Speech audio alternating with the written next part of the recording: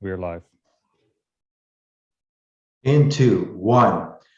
Welcome to the Golf Podcast Live. I'm your host, Rafael Kalamat, alongside my co-host, Michael Bleackley, who's in Vancouver. I'm in Toronto, and this has been a spectacular weekend. The champion golfer of the year is Cam Smith. Just an unbelievable tournament. I enjoyed it so much. Mike, how are you? I'm excellent. Thank you. What a great weekend for golf. I've seen some chatter online of what's better, the Masters or the Open, and I think the Open really delivered this year. What an epic Sunday. It really could have gone a few different directions. Cameron Young, eagling 18 to tie temporarily, was Amazing. something else. Rory played fantastic golf. He hits all 18 greens and lost the tournament, right? Like Cameron Smith comes from behind, shoots 64, 8 under, and an epic back nine to catch him. It was it's what golf's all about. What a way to see the 150th Open. Mike, it's incredible because this is the 150th, founded in 1860. It's referred to as the Open, being the most democratic tournament, also known as the British Open. And it was played on the old course. It's par 72, just over 7,300 yards. It was playing fast. It was playing firm. You got European, PGA, Japan tour players, Asian tour players making their way into this event. What a field, day in, day out. And obviously, all the talk before the tournament was, of course, Tiger Woods getting ready and how he would play. So that was really interesting to see that. Kind of put a blanket on everything that we've been talking about over the last couple of weeks, being with the disruption with Live Golf and what's happening there. But let's recap the Open and the players and the tournaments, because that leaderboard was stacked. Mm-hmm. Well, let's look at it. I've got it in front of me here. Cameron Smith, Cameron Young, Rory McIlroy, Tommy Fleetwood, Victor Hovland, and Brian Harman snuck in there, followed by Dustin Johnson, DeChambeau, Patrick Cantlay, Jordan Spieth. Right, like this was a great leaderboard. Even Abraham Answer T11th, and I'll try to pronounce this one. I caught it. Sodom Keu Kanjana. I probably right. butchered that a little bit, but a live player, I believe. A live player, as well as Bryson and Dyson, I was going to say, and Dustin Johnson, surprising everybody. But I think that, not Dustin surprising everybody. Everybody knows he could, really bring his game to a certain level. But Bryson, with his mechanics, the guy known as the scientist, shows creativity around the greens. And the putting stroke had such feel and lag. I was blown away because I don't think anybody had them in their pool. No, I didn't pick him in anything. That's for sure. I didn't anticipate him, getting into the top 10, but he did. And, that's just, you can't rule people out in golf, right? You got a lot of guys who've gone over to Live, and people want to call them the has-beens or leaving the tour, but really there's some solid players there, and where they are playing currently, it's all out the window. Once they're at the Open, they're playing the Open. That's what their focus is. Right. So, and DJ is always great to see when he's in the mix. He's got that swagger and confidence, and he played pretty well, right? These guys did not disappoint, and I got to admit, I didn't get a lot of the first 3 rounds. I tried to catch what I could, but I recorded Sunday because me being here on the West Coast, it starts really early. So what I did is I PVR'd it and blocked everything out. I didn't look at my phone when I got up in the morning, and I started the recording and I absorbed the whole thing and watched it all unfold. And it was fun. It was fun to watch. And you couldn't have asked for a better venue for the 150th Open. And everyone's going to remember Cam Smith because of this. Oh yeah, you won the 150th, right? So is what's It's going a to be big said. deal.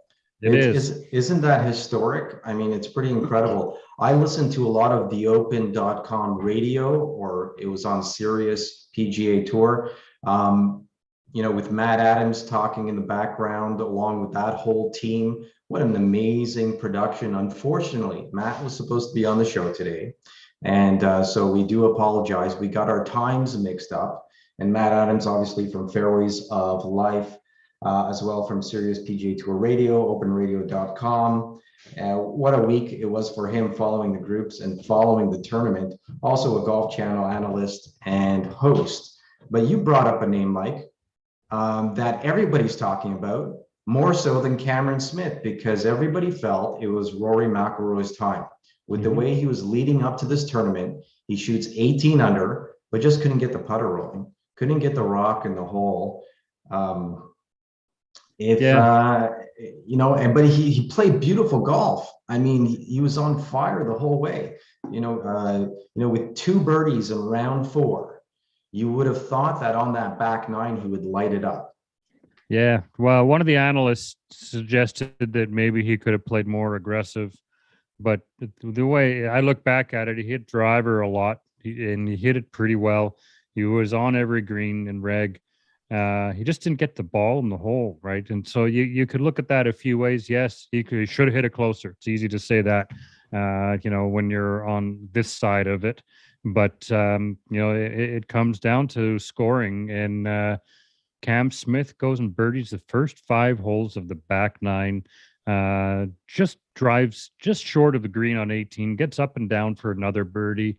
Hard to fight that off, right? Rory, you're thinking going 2 under on his final round would have been enough to clinch that event, having a 4-stroke lead.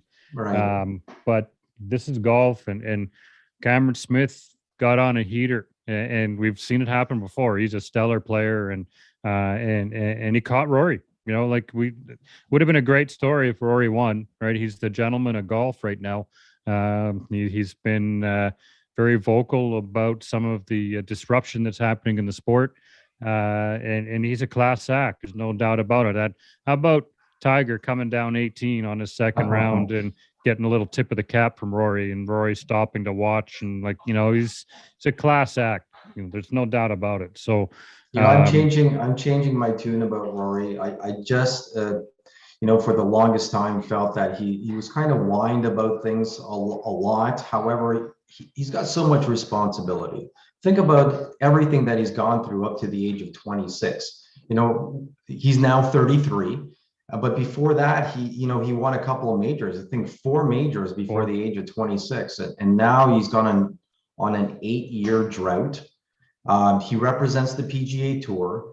He's always talking to the media. It doesn't matter how silly the questions are. He'll always take the time to answer. He gives back to the game, and he wears his emotions on his sleeve. And I think that's what's really likable about him compared to somebody like Cameron Smith, who's more of a quiet guy who keeps to himself and lets his clubs do the talking.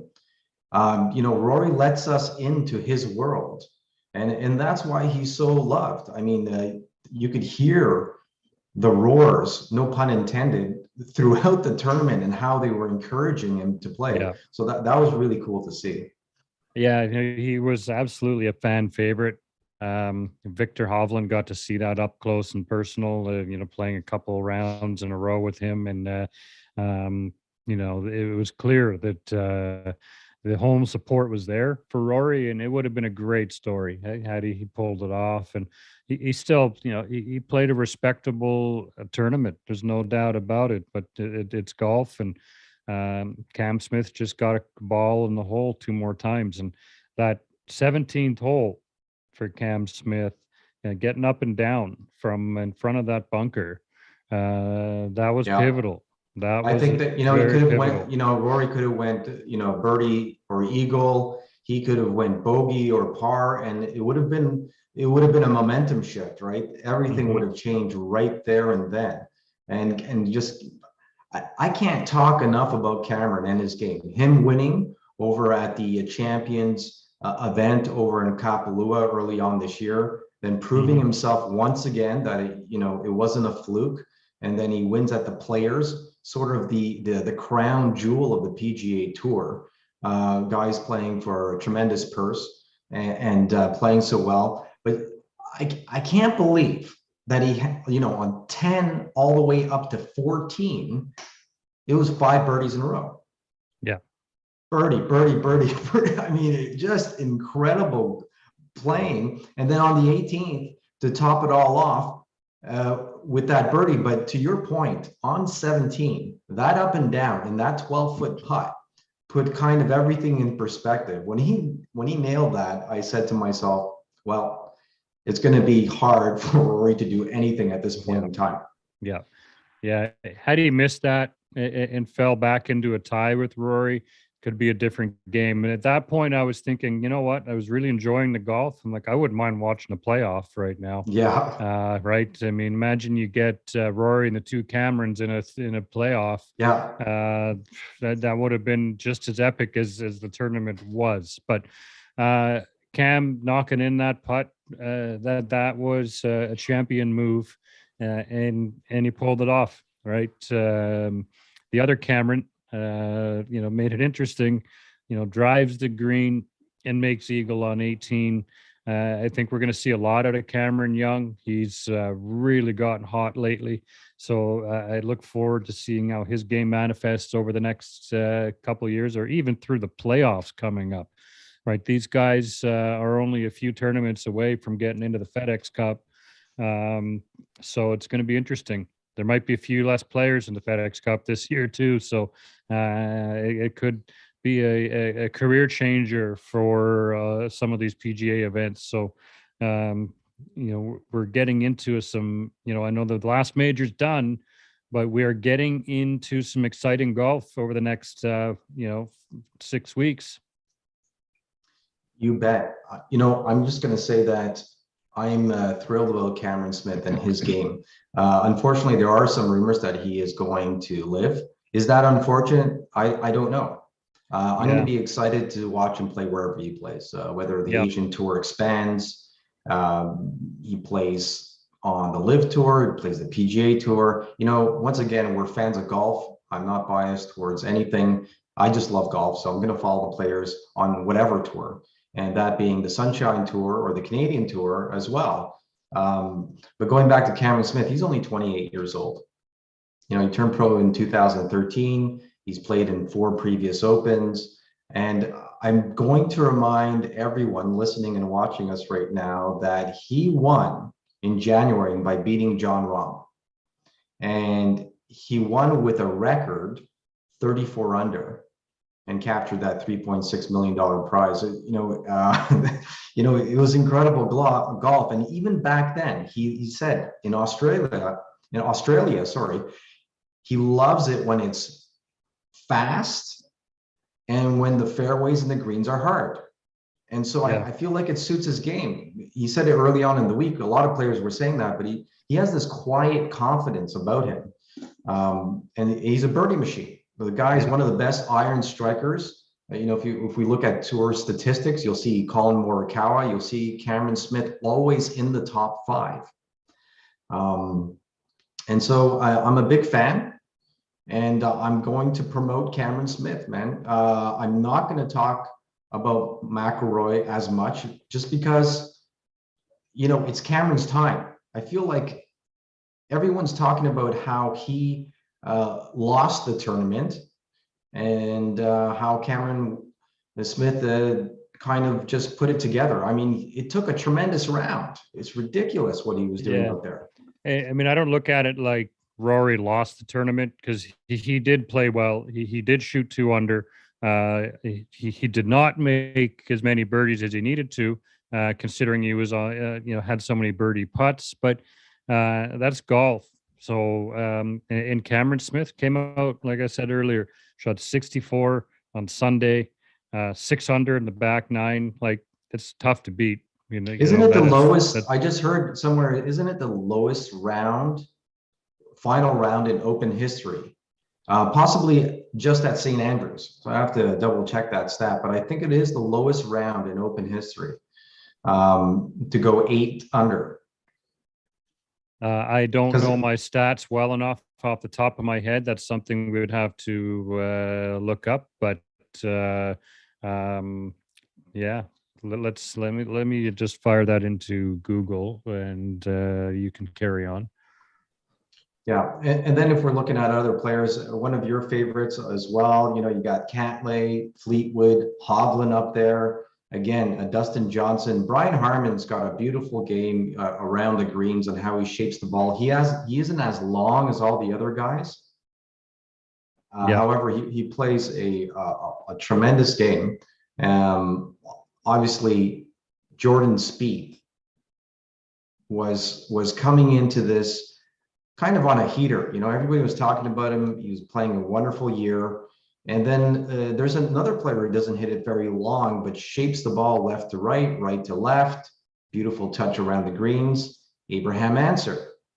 And then your boy, Tyrell Hatton, played pretty good with the T11 at -11.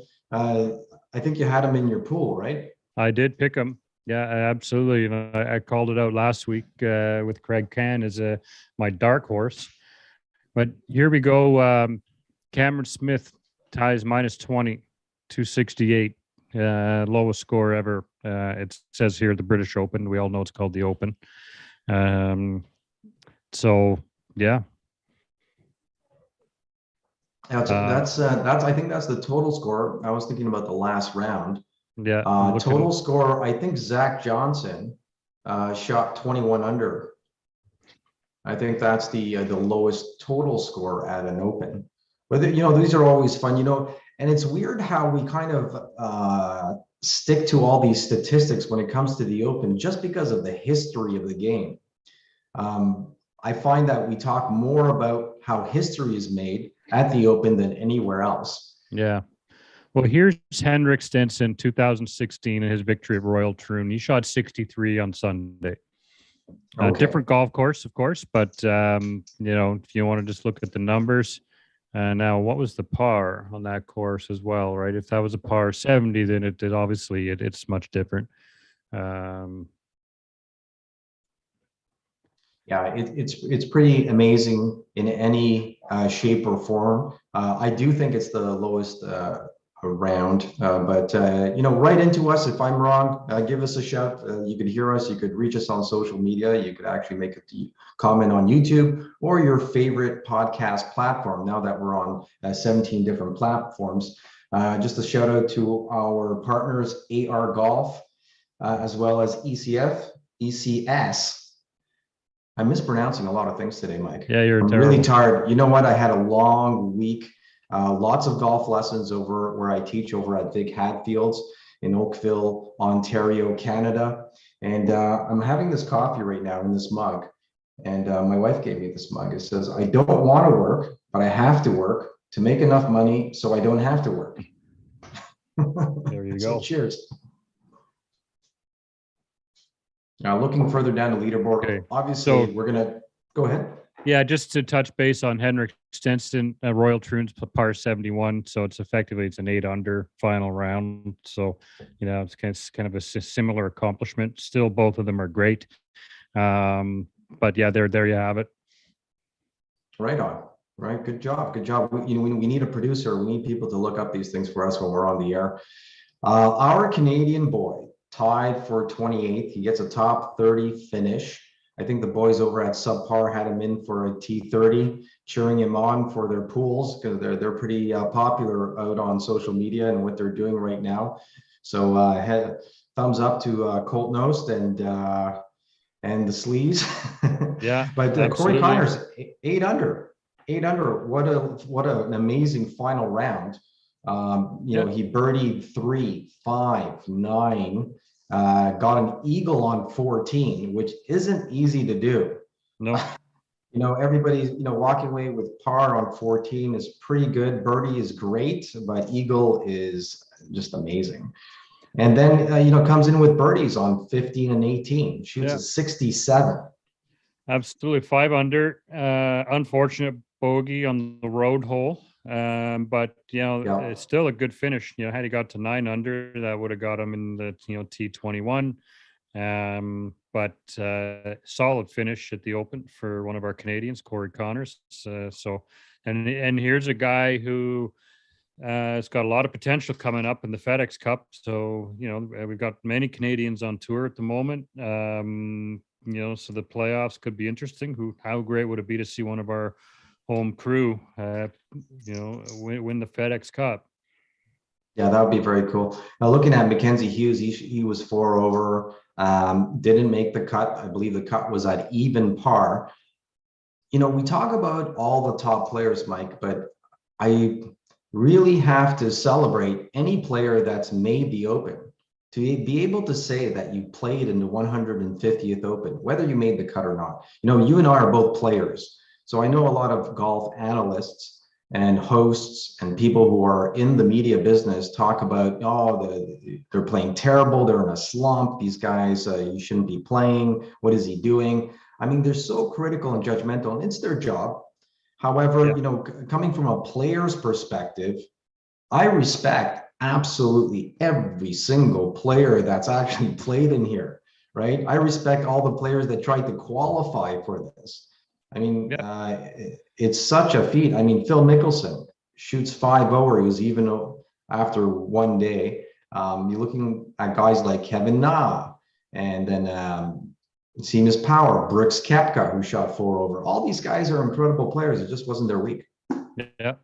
Oh, 100%. I mean, like JT 4 under par, right?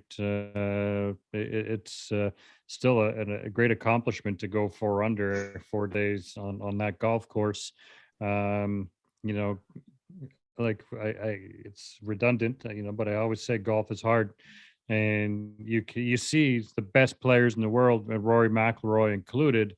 They go through slumps. Rory's in a major slump. We know that. It's been a long time since he's won a major. We expected him to have probably 8 by now, but that doesn't mean he's not going to get them, right? I think he's got 10 more years left. He's got 10 more years to compete at that level. Yeah. So I believe he's going to get to 8 majors. I won't be surprised at that. He's gone through a lot of different things. He's been married. He's got a kid. He's changed clubs. It's got, there's many things. Plus, look at the young guns that are coming up. Like every couple months, there's new players that we're looking at. We're like, who the hell is that guy? Like Cameron Young again. It's just he didn't have the greatest start since 2019, but here we go, mid to late 2020. And he's turning into a rock star. He's been unflappable as of late. So, but to your point about the competitors, even people who go through the qualifying process, because this is an open tournament, there are stages for everyone to go through, and it's tough. Like, let's talk about the amateur. Gets to 5 under par. And trying to recall his name here. I mean, I'll tell you in a second. But to win the gold medal, I mean, he's got to feel as good as Cam Smith did. Right. That's an amazing accomplishment to go 5 under for the tournament. There you go, Filippo Celli. Great performance by him. Right, and the other amateurs weren't that far off. I think +2 is the next one, and right, those are amazing scores for young golfers who don't have the tournament experience that some of these seasoned pros have, and we're going to see these kids mature into professionals, and look forward to it. Oh yeah, so there's Aaron Jarvis, who's an amateur, T76 at 1 over. Barkley Brown, who was kind of wearing that bucket hat. What a great swing. He's a great player. Sam Bairstow. Yeah, he was tied for 81st. But, they made the cut, right? They made the cut, and they played well. A lot of the players who just missed the cut, there's a whole list of them, probably 20 plus players, and some pretty big notables. Louis Oosthuizen, Henrik Stenson, Colin Morikawa, that was a big surprise in everyone's pool, I think, after him winning the Open last year and playing so well going into this tournament. That was a huge surprise of someone who didn't make the cut. I was hoping that Richard Bland would make it in as well, just because he's an older guy and we're up there, and it's nice to see these guys play well. That would have been John Daly, out there with his son, hitting a few shots on the practice rounds, and that was great to see. When I think about great moments at the Open, I think for me, it was the anticipation before he even got started. Just knowing that all these players are going to be there, that Tiger Woods was, looking to be in great shape going into this event, seeing John Daly, and even people like Mark Calcavecchia. I know he was 21 over after 2 days, and he only got his clubs the day before, I think, because I think a lot of players lost their clubs. It's a big mess at Heathrow Airport right now in England, the lack of employees and whatnot. Even Darren Clark. And this brings me to this question. Paul Lawrie, obviously doing the ceremonial tee shot, being a Scottish player and winning at the Open. But this brings me to who? It brings me to Greg Norman. Greg Norman not being able to play, that's fine. He didn't qualify. There was a whole bunch of things. We could talk about Tom Watson and Jack Nicklaus and Arnold Palmer and how they were allowed to play at whatever age, and even if it was to go play for the ceremonial celebration 4-hole play like Lee Trevino did. But the dinner, it doesn't sit with me. This is the most democratic Open. They're supposed to take the high road, and I guarantee, well, I can't guarantee anything, but he wouldn't be running around talking about Liv. I think this is just blown out of perspective, and they made a mistake. And if they wanted to make an example of where they stand, they certainly did.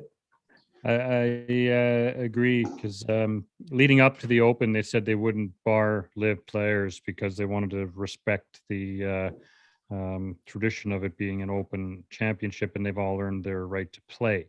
So Greg Norman, having won 2 Opens in a storied career, right? Take the Liv controversy out of the way. Greg Norman, he was one of the guys. Obviously Jack and Arnie. He's got 2 claret jugs, right? And he was the next generation after Jack, Arnie, Lee Trevino. Greg was the next one, right? So through the 90s, he was the Tiger before Tiger. He's the one who moved the needle, right? Yeah, and he was fun to watch.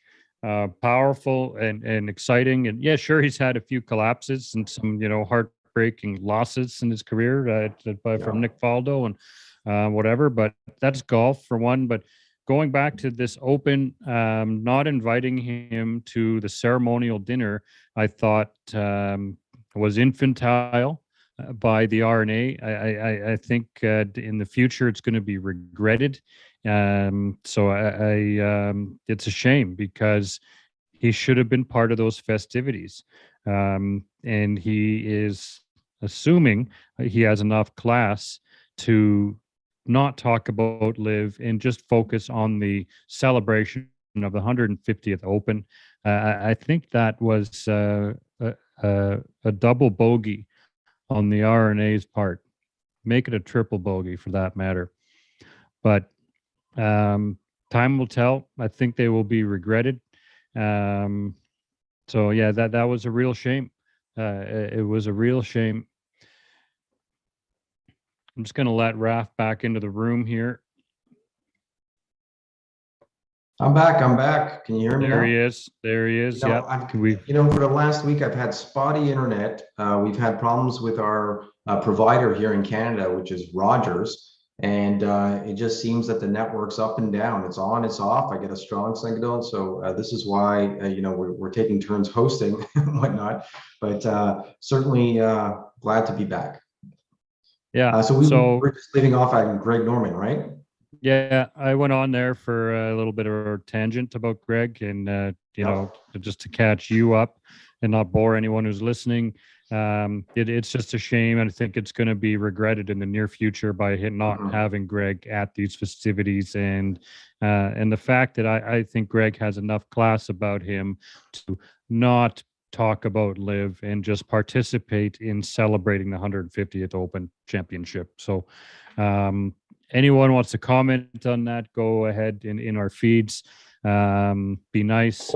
I think that was a mistake. Moving on to maybe some of the news today.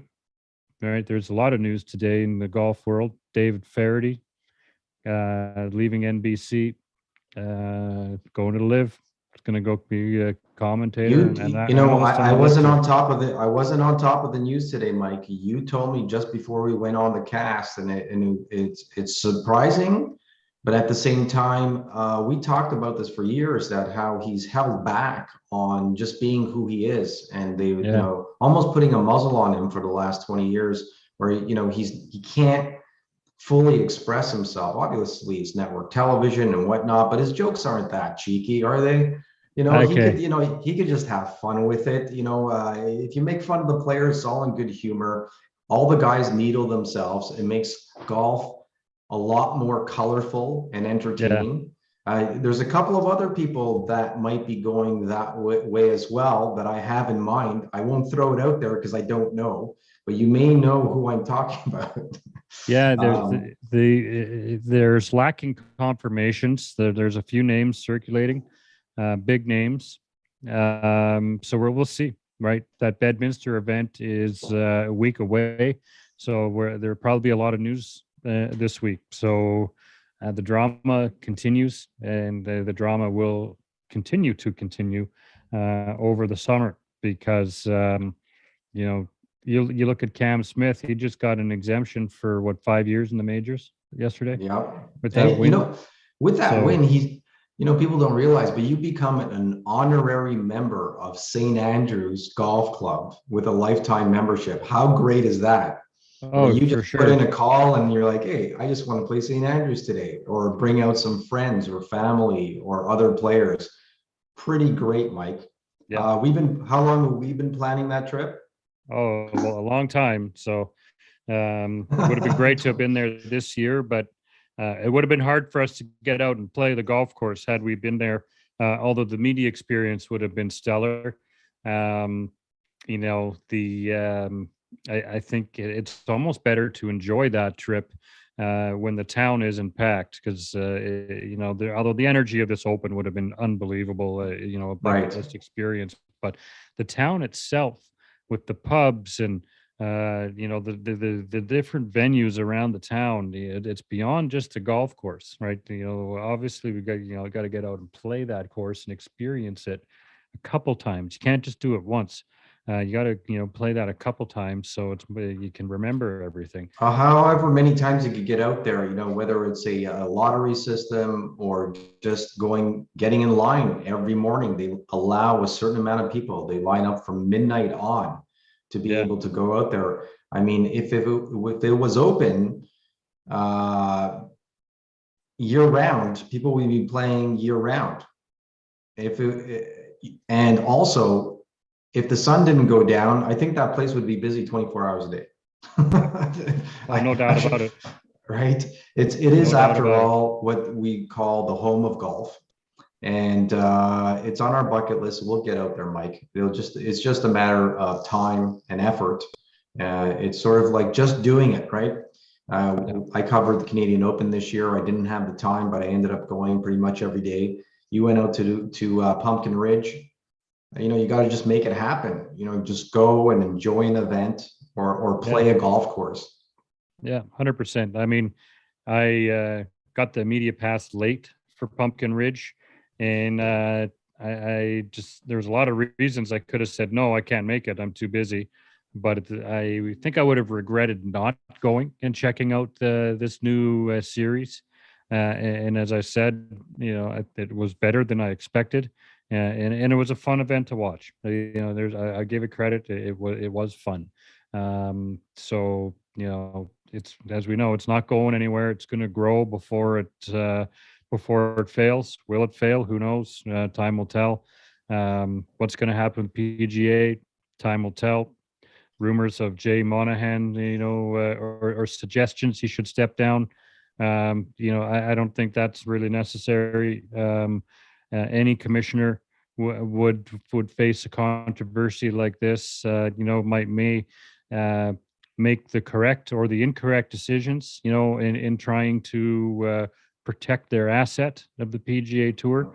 And really, there's probably space for both of them to exist just fine. Like the PGA Tour it's not going anywhere. There's no doubt about that. They've got the history behind them, all the different venues and tournaments and majors. I know we know the majors are separate, so take it easy on Twitter. We all know that. But the PGA Tour is the stepping stone for many of these young and up and coming's careers. So it's not going anywhere, but we're just have a new dynamic added to the golf world. So I just don't know what they're going to do. They got too many top players, and even looking at someone like Bryson DeChambeau, which again blew my mind, shot 6 under on that, pretty much on the back nine. Pretty much on the back nine. He I don't know how many birdies he got. There was 1 bogey, I believe. But to go 6 under, 12 under for the championship, he moves up 10 spots just like that. And he's 8 off the leader with a tremendous finish with that fist pump on 18. Just goes to show how much it meant to him. And to think that, I know Tiger made a comment during his press conference and saying, well, it's a lot of loud music, and with all this money, there's no incentive, and they don't feel it's not competitive. Of course it's competitive. You tell any guy on LIV that they're not competitors, or they're not doing their very best to finish in that kind of new team format, because they're not playing just for themselves, they're playing for others. So yes, it does mean something to them. Even if they don't care on the day, they're letting down their teammates. And you can see the camaraderie that's happening because of that, and how excited they are. Bryson DeChambeau, he's really young. We forget the guy talks like he's 40 years old and he knows everything about golf. He's 28. He's 28 years old. He's got a big career still ahead of him, winning the US Open. Well, let's not forget at Wingfoot, and posting a 67 there, which blew everybody away, including McIlroy, who complained about the fact that we shouldn't be able to cut corners and bomb shots, and it takes away from the purity of the game. But just like anything, Mike, everybody's going to complain about something. Yeah, right? 100%. If it's look at like human nature is to complain about the weather, your job, this, that. Shut up. All right, like you look at for one, we had docile weather at the Open Championship this year. Had the wind been blowing, 25, 40 kilometers an hour and some rain, we may have a whole different leaderboard, probably a higher score would have won. We just happened to get calm weather for it. A bit cool, right? But Sunday was fine. They're out there in T-shirts. The gallery were in shorts and T-shirts. And so was Phil Mickelson. Yeah. Did you see all those comments about him wearing a T-shirt?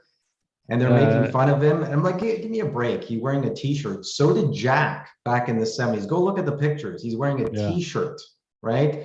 And, golf is not defined by collars, right? It really, I don't agree. If you're going to wear a T-shirt, they say, well, Tiger wears a mock. Well, the mock is more traditional. I disagree. And I'm pretty much a traditionalist, right? I work in the business. I've worked as a golf professional at the highest level, at private clubs, semi-private clubs, public clubs, resorts, in different places around the world. And, I even now, I wear the collar just because it's golf-like. I like a golf shirt because it's longer, right? It doesn't come out of your pants. It's a microfiber, so it's breathable and it's UV protective. All of that. It's not like he wore a T-shirt with SpongeBob on it, or he had sleeveless, a sleeveless shirt, or he was wearing open-toe sandal spikes. And then you can make fun of Mickelson, right? But he had a pullover and a T-shirt. Exactly. He had a golf pullover on, or sweater, whatever you want to call it. And he had a T-shirt underneath. T-shirt. He never took that pullover off. So that was the internet fishing for bullshit, is what that was. Right. And it's the time we live in right now. Right. It's like, well, you can't find anything to pick apart. Okay. We talked about Phil's sunglasses and his beard and the new rugged Yeah, look that he's sporting. And so he's right. wearing a t-shirt under his sweater. Come on. Come on. Yeah, Like, could just let it go, as he said in yeah, the press yeah. conference. Right. Did you catch That's that? right. Right. Yeah, yeah. Well, The he said let it reporters. go, and they kept on asking him about Liv and is he happy? He's happy, and he said he's very happy. It's exactly what he was looking for.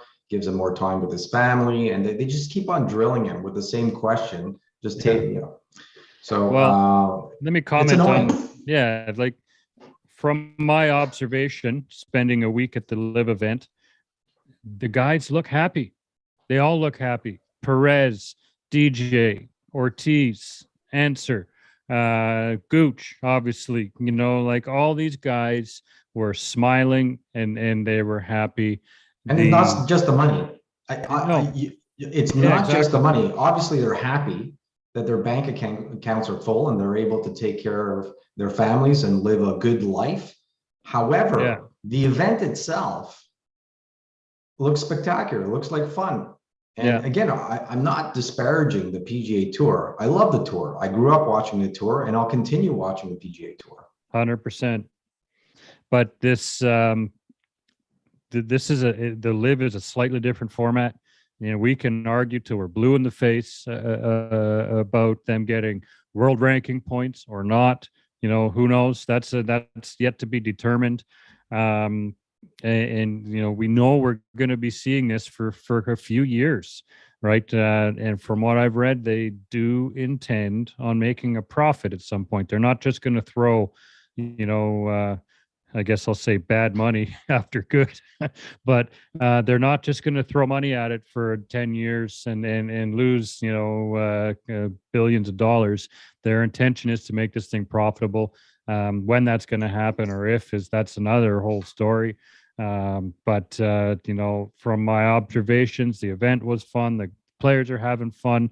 I talked to a lot of the crew behind the scenes who have been involved with lots of golf tournaments. Some of them have worked at U.S. Opens, and I talked to a lot of different people, and they said there's a different vibe and energy at this, and they're all enjoying it at this point. That could fade in time when it's not new and the shiny new thing, but the players seem to be enjoying it. It's something fresh, obviously, when they're probably pretty happy when their signing bonus transfer lands in their bank account, right? But time will tell, right? Because I love the Formula One finish where they have a podium finish. There's three players standing there. They and their celebrate with the caddies. champagne and their caddies, and they take care of everyone. And in fact, with their whole teams are taken care of in some shape or form, whether it's hotel or flight or per diems. And so that's really great to hear. Yeah. I want to flip around before I forget about Cameron Young. Cameron Young and Will Zalatoris are the next stars, in my view, on the PGA Tour. They're playing tremendously well. Cameron proved himself that he isn't going anywhere. And I saw that on day one. All the crowds and the cameras and the history and all the pressure didn't seem to phase his game. And that is a mark of a major player. To me, for him to go out and to shoot that 19 under and finish off with that eagle putt on 18. Yeah. That putt was ridiculous. And, I started thinking that, Cameron had an inside 4-foot putt to finish up, that kind of shot before you go out and do an easy putt plays with your head. Yeah. It makes me think of, when Jack Nicklaus was playing, right? And oh my goodness, his name escapes me. He missed that 3-4 foot putt at the final to lose the Open to Jack because he went off into a playoff. Was that was it Zinger? No. This is in the 70s. But it'll come back to me. Yeah, it'll come back to you when we're off air. Yeah. But Cameron's Cameron's a great player. That eagle on the final hole was just so disruptive. I didn't know if Cameron's going to make that final small putt, even though he's been putting it from everywhere. And not many people know about Cameron Young. He's still young. He's 25 years old. He just turned pro. He turned pro at 29. But he did play on the Corn Ferry Tour last year. And he's just playing extremely well this year, always in sight of the top 10. So that's really cool to see a player like that play. He's 25, turned pro in 2019. Official world golf ranking position is 19. He's 13th in the FedEx Cup rank. So here's a guy who's positioned extremely well for the FedEx Cup. All right, if he can keep this momentum, he could be a big factor in the playoffs next month. He finished second to Sam Burns over in October at the Sanderson Farms Championship. He's a former Wake Forest player, just like Arnie. And I just think he's going to be a great player and someone to keep our eye on in the very near future. Yeah, he's won since 2019. He's won $5.6 million. That's not chump change. That's a good amount of money, and I take that any day. Mike, what do you say? Oh yeah, no, totally. I would absolutely be very happy with that. And he's 25, and he's just getting comfortable out there. You think he's turned pro in 19? He's got a couple seasons under his belt. He's learning the schedule. He's seeing, he's got a couple years of seeing these courses and figuring out, what works for him in terms of travel and all that. So, he's probably feeling like he belongs out there now after some of his finishes, right? He's T2 at the Genesis, T2 at Wells Fargo, second solo at the Open to be ahead of Rory McIlroy and all the other players we talked about. Right. So it's going to be fun to see this guy mature and carry on. So I got to say, I was a bit disappointed with Victor Hovland. Goes 2 over 74 in the final round. I thought he might do a little bit better. I did have him in our bet. But who won our bet? Who did you tally up what happened? Because we did top 10 players, total money, and I didn't tally that up. I lost my pool at work. But you picked Cameron Smith. I did. And I've got a string of top teners, but I don't think it'll be enough to take out. Did you have Rory? Yes. Did you have Rory? Oh, so that certainly helps. But my 2.5 million that I won on that one helps me. That's kind of supersedes when you pick a winner. That certainly is probably the case there. It might be close, but I would think you've got me by a couple $100,000. I guess. You could send me that $20 and I could fire it off to my boss, Jeff Hadfield, who won the pool between all the pros at work and the workers. So that's how that money's going to go. But really quickly, I'm looking at 2 players. One guy that you couldn't pronounce his name. I'm going to try it this time. It's Sadom Kanakanjana. And he shot 7 under. And he's a live player. He played on the Asian Tour. You don't laugh at me because I think I did it pretty good. Not bad. And then there was Ibrahim Answer, who also shot 7 under. So those 2 players played really well. I like Ibrahim Answer's game. I like the way he manages the ball, the way he plays, and how he gets through the ball. There's not too many smaller players in the game anymore. Yeah, most guys. You're kidding me? Half these guys are little midgets. Like Brian Harmon. Oh, well, that's Brian. Those are the games I like because those guys really shape the ball and have a tremendous short game. You kind of make it up for the lack of distance because the distance, it's a big distance game. These guys coming out it of is. college, university right now are long drive competitors. That's how far they're hitting it with all the technology and prep they have with their coaches and their teams and the build up with PGA Tour University golf. But that's why I love Abraham Ancer. You know, he won by 5 strokes. I remember in 2018, the Emirates Australian Open. So I'll never forget how he kind of popped up on the radar for me because I didn't really know who he was. Yeah. And even though he turned pro in 2013. Yeah, no, it is really impressive to see these shorter players.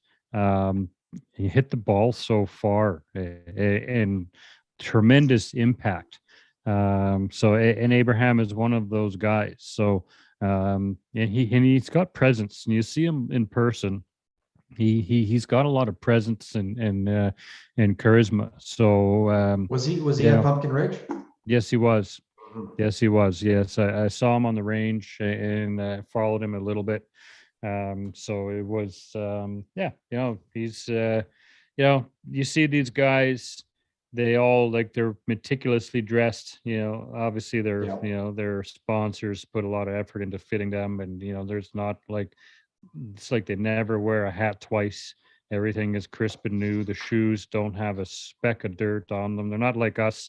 We grind out a couple pairs of shoes for a season, and these guys are very well taken care of and very well dressed. So, but that just goes with it. They look the part because they are the part. But yeah, he's an impressive player to watch. And it's, you see some of these guys in person, you think they're huge. Like I remember the first time I saw Tiger Woods live at the President's Cup, and you see him on TV, and he's jacked and muscles, biceps, and you hear about his big workouts, but then you see them in person, and the camera makes them look a little bigger than they are. Right. In a lot of cases. So you see Tiger, and obviously he was a tremendous athlete at that time, but I was surprised to see that he was actually a little smaller than I thought he was in person. That's right. Right. And I think everybody adds an inch on their profile. When I look at I remember interviewing Corey Pavin over at the Canadian Open and walking beside him, and I'm thinking I'm kind of looking down a little bit, and he used to get his irons about 1.5 inches longer, and has had his manufacturer actually go one up on every club, right? So his 6 was actually a 7, but it said 6 on it. So it's so much part of the mental game, right, of what you pull out compared to other players. But go ahead. Yeah, no, definitely.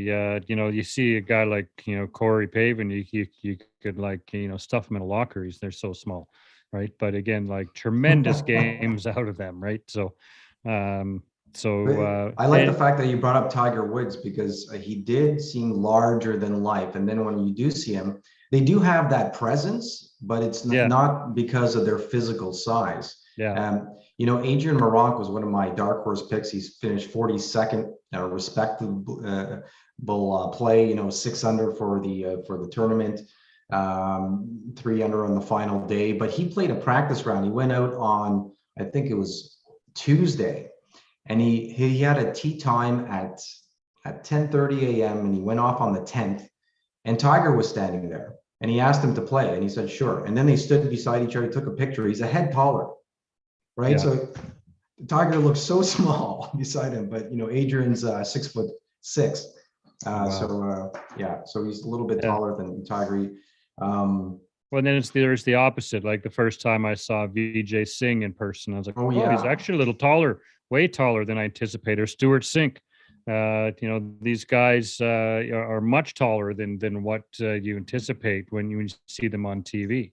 So it's, and this from the film business, right? You look at actors, Tom Cruise, and some of these guys are tiny, right? And then you have to change the perspective of the camera angles. So, if there's a taller actor shooting with Cruise, they changed the angles of the cameras to make them look taller, and so there's So I've worked in film and television a lot over the last 15 years, and I don't know how many times the actor would want an apple box to stand on. So there's a 1 foot apple box, quarter size, half size, and full size apple boxes to stand on. And even when there's extras in the background or other actors, they make them go away, or they make themselves stand on an apple box so they have more presence, or the camera angle is shot upwards. I don't think that they do that too much for golf, but I see what you're saying. It's sort of the illusion of the grandeur of a golfer, right? Yeah. When I saw Camilo Villegas, I'll never forget when I saw him for the first time on the range at the Open, I think in 2000. He's a tiny guy. He's like 5'7". He's really muscular, fit, and thin. Yeah. But he's a little guy. Yeah. Justin Leonard was another one.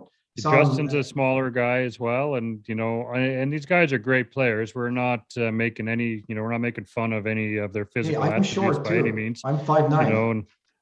So I stretch out 5'11" and 3/4 as long as I can, right? But I'm getting older. I'm probably not that now, but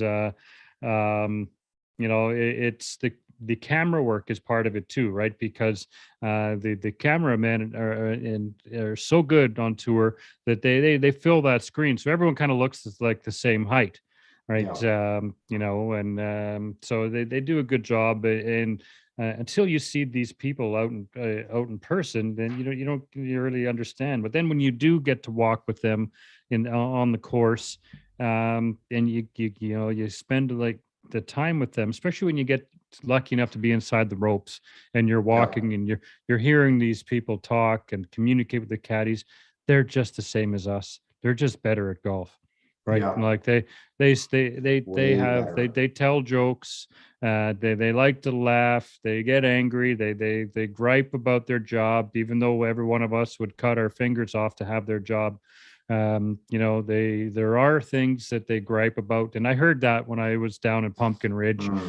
Some of the guys, complaining about things and why they made their move over, and this was amongst themselves. And during the practice rounds, they were, very openly chatting to each other, and some of them had their managers out and following them, little entourage, and so it's interesting to hear, get a sense that.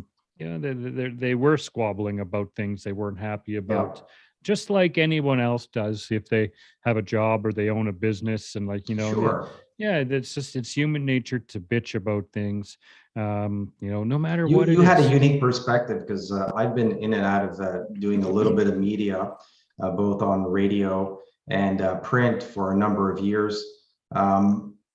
What was your perspective being in the media tent? Now, without naming names, the general feel of what it was like, because you had some interesting comments to make to me about how it feels being amongst the reporters, the journalists, the analysts, and there was it was a fairly large enough media center. Everyone had their workspace, and there was a lot of the very well-known, writers who were there, TV personalities. Not as many of the TV personalities, obviously, because, but I was surprised to see, a lot of the top writers that we've all read their articles. Many of them, we won't mention names, and we've had some of them as guests on our program, which was great to meet them in person and kind of, get to know some of the guys a little bit. But I got to say the writers were the hardest working ones. That it was obvious that they're hardworking because they were in the media center all day. And they have deadlines, right? Yeah, they all think. We don't know what their deadlines are, but each day articles would come out on Golf Digest and whatever publication would be. And some were daily, some were just once or twice through the week. But some of them were in there and they were hustling. Like I was actually shocked that not many of them appeared to be out on the golf course that much. Like me being there, I'm not a writer, even though I can write, but I was there as a podcast host and a fan of golf, and to observe the event, observe the players, and experience what the live event was all about. And so I was surprised to not to see many writers out, especially on Sunday. I made a point to follow the leaders most of the day. I veered off a couple times for a few brief moments, but I wanted to stay where the action was, and I was shocked to see it was only the other podcasters that were out, following and observing the event, like the country club adjacent crew, there was another gentleman who was running a podcast. I can't remember the name of his pod. But they were the ones, you could tell they were the golf fans. They were out there and soaking up the atmosphere of the leaders. And so that I thought was really interesting. And there was personalities from the local papers in Portland, and the Oregonian, I believe it was. There's a couple of people from there, and actually I saw those guys. They were out there on the course, doing kind of a hole by hole and paying attention to what was going on. But it was they don't get much golf out there, right? It's been they a very don't. long time since Oregon has seen any professional golf. And that's one of the reasons, like some of the locals I spoke to were really excited about the event coming there and returning in the future, is that they don't get any pro golf out there. So, so there was huge support for it, and obviously a lot of controversy as well. So there was protests that I heard police had to get involved in. I didn't see any of it. They were allocated to a certain part of the property, and they were allowed to protest there, and I didn't see any of it. But it did happen. But overall, the locals, the local golf scene was happy about it. There was a situation that happened with a Saudi school, a student years ago, some sort of hit and run accident, and all the details, but I did read about it while I was there. So there is a little bit of anger against the Saudis because this kid took off. He disappeared and he's never come back and never faced the charges. So obviously none of us condone something like that. But that just boils the water a little bit for some people, and definitely added to the protest. But aside from that and the politics of it all, many of them were very excited about it. And the media room was. It's always a unique experience, right? Like, and that's something that the public doesn't get to see, is what these people are doing and how they're covering the game, and the different types of personalities. Like, you have reporters in there who are true reporters. Like, they're but they're focused on golf. So they're looking to uncover the latest scoop on whatever the drama is. And obviously this particular week there was a lot of drama. So there's those reporters who were looking to stir it up and get to the bottom of the scoop, if you will. And then there was the people that were there for the golf. And so there's a myriad of characters in there, and just like life, right? So there's a room full of characters, and it was a great experience, and some funny moments.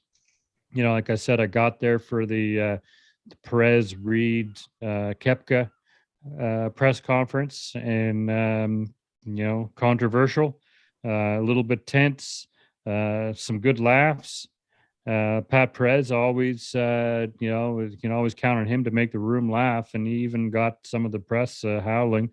The wrap up press conference with the country club adjacent boys asking some funny questions, which was hopefully we'll get those guys. Hopefully we'll get those guys on the podcast as well. Yeah, it's pretty interesting. We've got a couple of amazing guests coming up as well. August 8th, we got Tim Petrovich, however however you like to pronounce his name.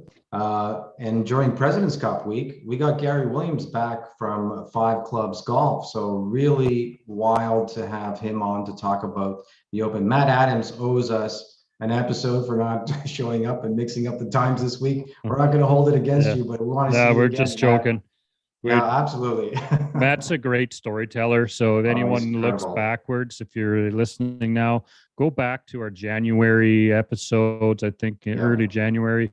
Matt's had some great stories from the Open Championship, the year Jordan Spieth won. And, just a great storyteller. Out of all of our guests, he really has a keen delivery. Speaking of Jordan, listen, speaking of Jordan Spieth, did you see that awkward interview with him talking about ice baths at the Open? He went off for like a couple of minutes. Look it up online. It's so funny. He just gets into such detail on how important it is and just the minutia all of the process. And I'm like, that was very strange for him to talk about that. And let's not forget about our former Canadian Open winner, Chaz Reevy, wins the Barracuda Open Championship, which was very cool. He's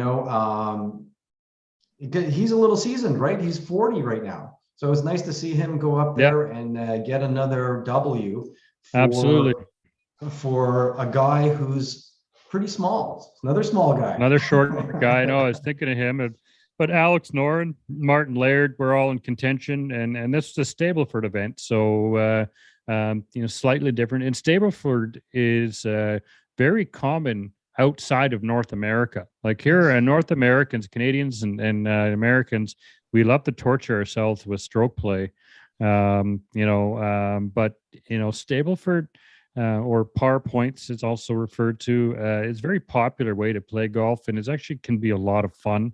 And match play, as we know, is another form of competition among amateurs. There was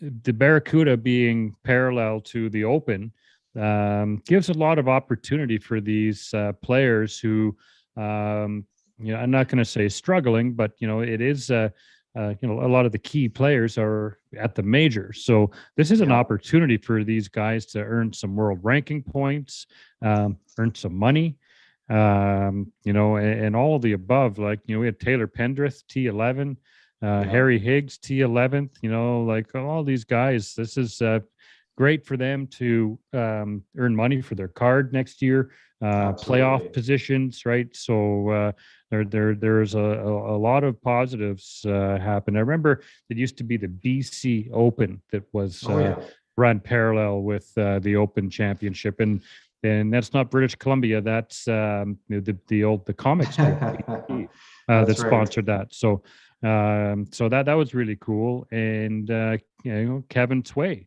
T22, right? He's moved up the rankings a little bit. So that this event and it was in Lake Tahoe above sea level.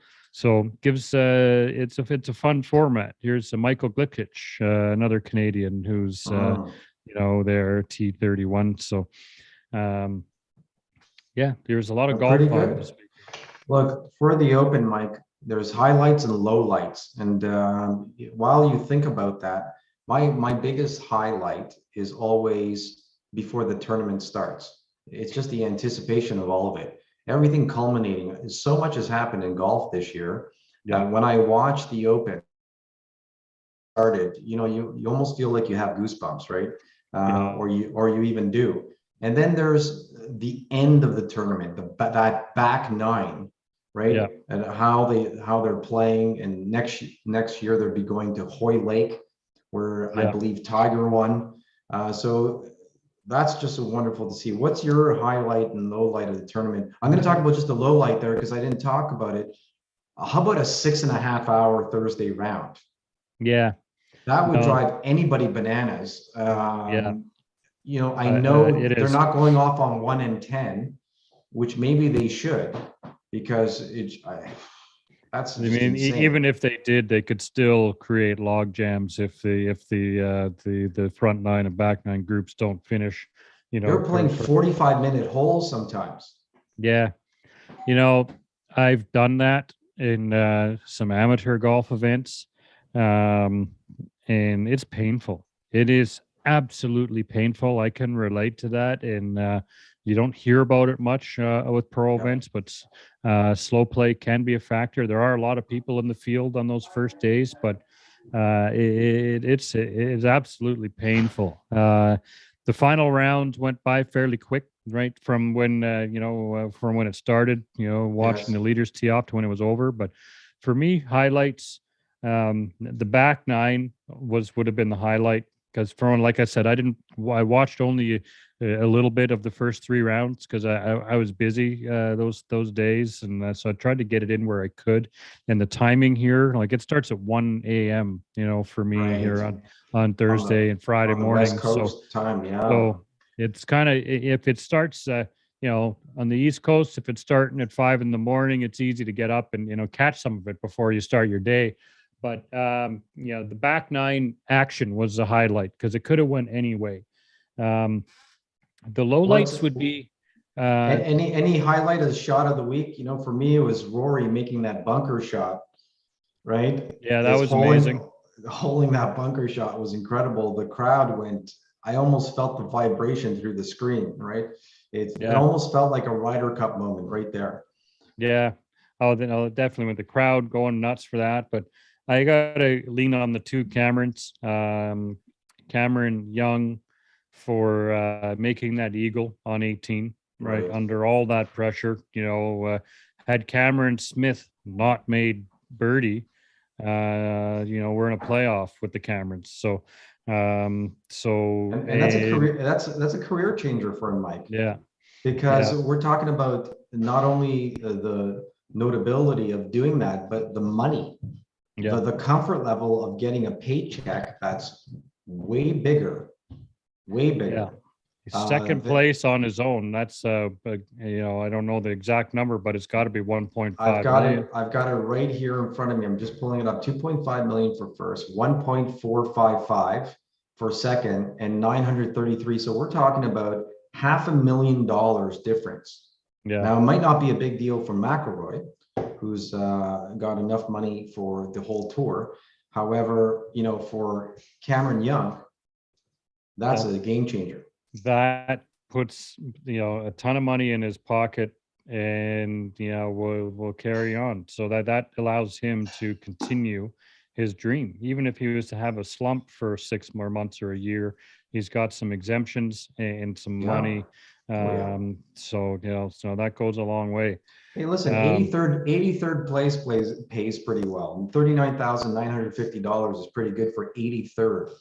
yeah. Yeah, no, 100%. So I Right. would take that right But now. but you think about the expenses it takes for them and their teams to go out to the Open in London, in England. That must be a tremendous amount of pressure and money to head out there as a independent contractor. Yeah, well, you got to think they got to fly their caddies, their coach, trainer, perhaps. They might need to, Family you know, members. uh, yeah, for sure, right? They're probably picking up the bill for wherever the family's staying, renting a house or handful of hotel rooms, right? They're tens of thousands of dollars in expenses. So that 39 grand might have just covered 83rd place's expenses, Right. and on an event like that, right? Because it is the Open, and you maybe you want to bring the wife, the kids, whoever, your parents, and so you never know. We don't know what these players' expenses are, even though it's easy to sit on the outside and look, oh, so and so won $4 million this year. That's great, but you're going to pay your agent. You got to pay all your costs. You're paying your Taxes. caddy, your taxes, your by the time you whittle away at it, it's not as much money as one might think. Yeah, and you got Um, and there's a certain type of lifestyle that you live. Not only yeah, is it on the road, but when you get home, you want to be comfortable. And sure. they've earned it, right? They're playing at the highest level. And if we're going to compare it Yeah, to any other high level sport, be it yeah, soccer, baseball, hockey, football, basketball, yeah. golf is right under there. It's just underneath all It those is, sports. and they every one of like the players usually they have their own track man, Yeah. portable TrackMan system, which is, 30 grand per, ballpark. Right. They have rolled deep with a lot of equipment. So, and yes, obviously the manufacturers are giving them their clubs and whatnot. They're Yeah. not paying for that, but, They're I getting a lot of guarantee free stuff, but there's still TrackMan expenses. is not giving out $25,000 units to all these guys. They're Who buying, knows? You think right. so? So, I don't know. I'm sort of I split on doubt it. that. I think the guys, yeah, I think the top guys might be getting what they need Yeah. because they're in the spotlight. However, the guy who's 256th and on the official world golf ranking, I don't think he's getting a Yeah. TrackMan. You think Chaz Reevy's got a TrackMan given to him for free? I Maybe. doubt it. Yeah, you never know. Scott Gachowski here, he's paying for his own TrackMan. I'm telling you that right now. Hurley Long, he's paying for TrackMan. Yeah.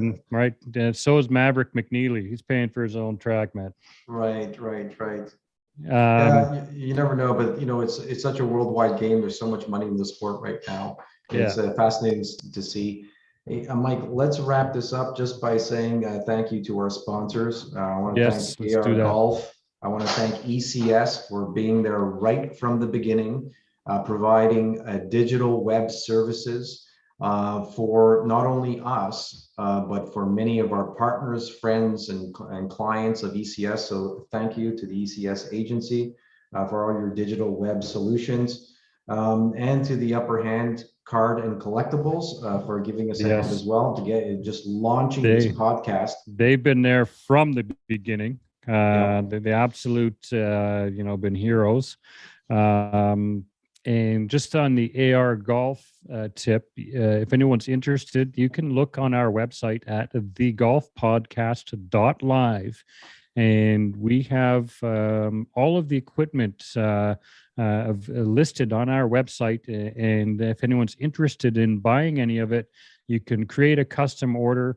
And with the I won't say coupon code, but enter Golf Podcast as your code on checkout, and AR Golf will give you some swag. And I believe it's a towel. It's a towel, yeah. Yeah, and it's a nice AR Golf towel. They make quality products, so if you buy anything, they will hook you up just because you heard it here. Absolutely. So it is beautiful gear. We are in the works of creating some contests with the AR Golf group. We will probably give away one of the putters over the season, and we're going to have some of their accessories, some towels and umbrellas and stuff like that. So we're in talks with the crew from AR Golf in Canada here, and we'll announce it on our social channels. Some different contests and ways to win some gear, and more to come. Like Tim Petrovic, August 8th. And we've got some commitments. We got Rob Labritz coming back in August. Yeah, Rob Labritz. He's committed to that. So we're going to get more Champions Tour players. We're going to be trying to get some PGA Tour players, some LIV players on. Always working with writers and analysts and hosts of the game. Reach out to us if you'd like to be part of the podcast in any shape or form. Again, we're on 17 platforms, both audio and video. Follow us, share, and go back and see us. Mike mentioned the golfpodcast.live is our website. You can catch all the episodes that we had some wonderful guests. You could tune in there. Yeah, links to all our stations are there. A message. Absolutely. Excellent. Thank you, everybody. Always appreciate your ears and your eyeballs. And we will be speaking to you soon. Yeah, for Michael Bleackley, I'm Rafael Kalamat. You've been listening to the Golf Podcast Live. Take care until next week. Take care.